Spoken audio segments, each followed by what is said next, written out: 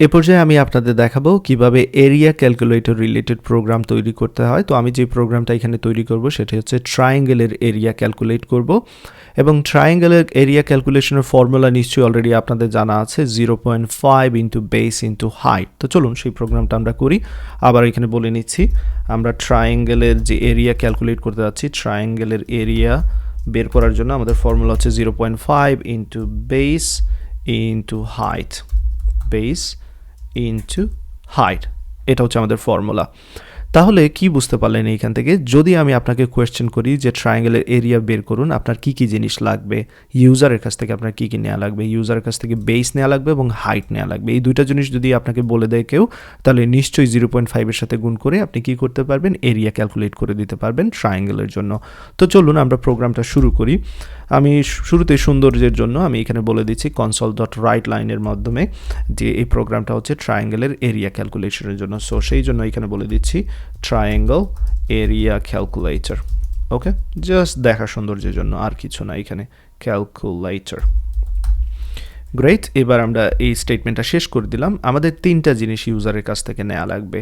তো সেই দুইটা জিনিস নেওয়া লাগবে, বেস এবং হাইট। তাদের জন্য যে কাজটা করতে পারি, আমরা দুইটা ভেরিয়েবল নিয়ে নিতে পারি শুরুর দিকেই, ডবল বেস অ্যান্ড হাইট, এই দুইটা ভেরিয়েবল নিয়েছি। দশমিকে নিয়েছি যাতে করে এটা দশমিক এবং পূর্ণ সংখ্যা দুইটাকেই সাপোর্ট করে, সেই জন্য আমি এখানে নিয়েছি। ওকে, অ্যান্ড দেন আমরা যে কাজটা করব, পরবর্তীতে এখানে আসলাম, আসার পরে আমরা প্রথমে ইউজারের কাছ থেকে বেস নেব, ইউজারকে বলে দিচ্ছি বেসটা দেওয়ার জন্য। সো সেটা আমরা করতে পারি কনসোল ডট রাইট লাইনের মাধ্যমে বলে দিতে পারি আমাদেরকে বেস দেওয়ার জন্য। সো বেস এরকম দিয়ে দিচ্ছি। এবার ইউজার যখন বেস দিবে সেটা আমাকে নিতে হবে, নিয়ে এই বেস ভেরিয়েবলের মধ্যে রাখতে হবে, তাই না? তো এখন যখন আমরা ইউজারের কাছ থেকে ইনপুট নিতে চাই, সেক্ষেত্রে আমরা কী করি, কনসোল ডট রিড লাইন ব্যবহার করে থাকি, তাই না?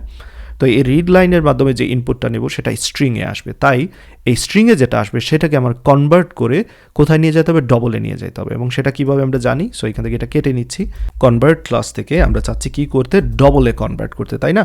সো টু ডবল যেটা রয়েছে ফাংশন বা মেথড, সেটা ব্যবহার করব এবং এইখানের মধ্যে আমরা আমাদের কনসোল ডট রিড লাইনকে রেখে দিচ্ছি। তাহলে এখান থেকে স্ট্রিং নিচ্ছি এবং সেটাকে কনভার্ট করে ডবলে নিচ্ছি। এবার আমরা বেস নামক যে ভেরিয়েবলটা রয়েছে তার মধ্যে তাকে অ্যাসাইন করতে পারবো। ওকে, তো চলুন সেই কাজটা করে নিই। বেসের মধ্যে তাকে আমরা অ্যাসাইন করে দিই।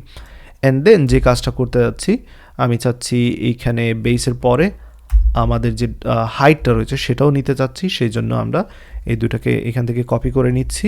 এটাকে কপি করার পর এইখানে বসিয়ে দিচ্ছি। এবার বলবো হাইট দেওয়ার জন্য। তো চলুন হাইটটা ইউজারের কাছ থেকে নিয়ে নিই এবং এইখানে আমরা হাইট ভেরিয়েবলের মধ্যে এটাকে স্টোর করে রেখে দিব। তো এখানে আমরা একটি এরর দেখতে পাচ্ছি যেটা কিনা বলছে যে বেস এখানে অ্যাভেলেবল না, এটা একটা কিওয়ার্ড। সো আমাদের এটা চেঞ্জ করে দিই। আমরা এখানে বেস লেংথ দিয়ে দিচ্ছি, দ্যাটস অল। এবং এবার এখানে বেস লেংথ বসিয়ে দিচ্ছি। সোফার আমরা কি করেছি, প্রথমে আমরা ভেরিয়েবল ডিক্লেয়ার করেছি, জাস্ট একটা মেসেজ দেখাচ্ছি ট্রায়াঙ্গেল এরিয়া ক্যালকুলেটর ইউজারের কাছ থেকে বেস নেওয়ার জন্য রেডি করলাম এখানে, এবং এইখান থেকে ইউজারের কাছ থেকে আমরা হাইট নেওয়ার জন্য এই এতটুকু অংশ রেডি করলাম। এবার আমরা এরিয়া ক্যালকুলেট করতে পারবো। যখনই আমরা বেস এবং হাইট পেয়ে গেছি, আমাদের এরিয়া ক্যালকুলেশনের সূত্র এখানে দেওয়া আছে, আমরা সেটা ব্যবহার করতে পারি। তবে তার আগে এখানে একটা ভেরিয়েবল নিয়ে নিচ্ছি ট্রায়াঙ্গেল এরিয়া নামে, যেটার মধ্যে ট্রায়াঙ্গেলের এরিয়া আমরা ক্যালকুলেট করে স্টোর করে রাখবো, রেজাল্ট থাকে। তো চলুন সেই কাজটা করে নিই।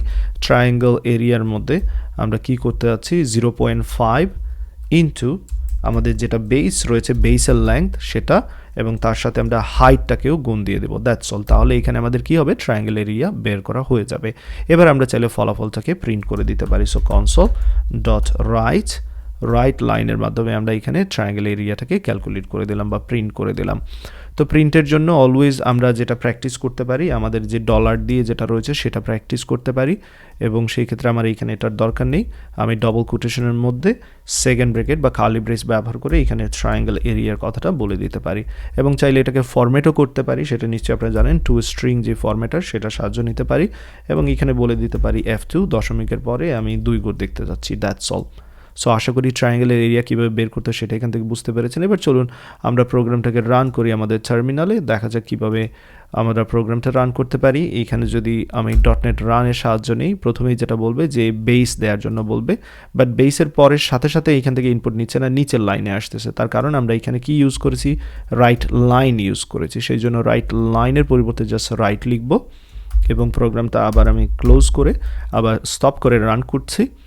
এবং এইবার বলছে বেস দেওয়ার জন্য, ঠিক আছে আমি বেস দিয়েছি, এখানে সাপোজ 3 দিলাম এবং হাইট বললো এখানে 4 দিলাম এবং ট্রায়াঙ্গেল এরিয়া 6 দেখাচ্ছে, পারফেক্টলি কাজ করছে। তো আশা করি এতটুকু অংশ আপনারা বুঝতে পেরেছেন এবং প্র্যাকটিস করেছেন আমার সাথে।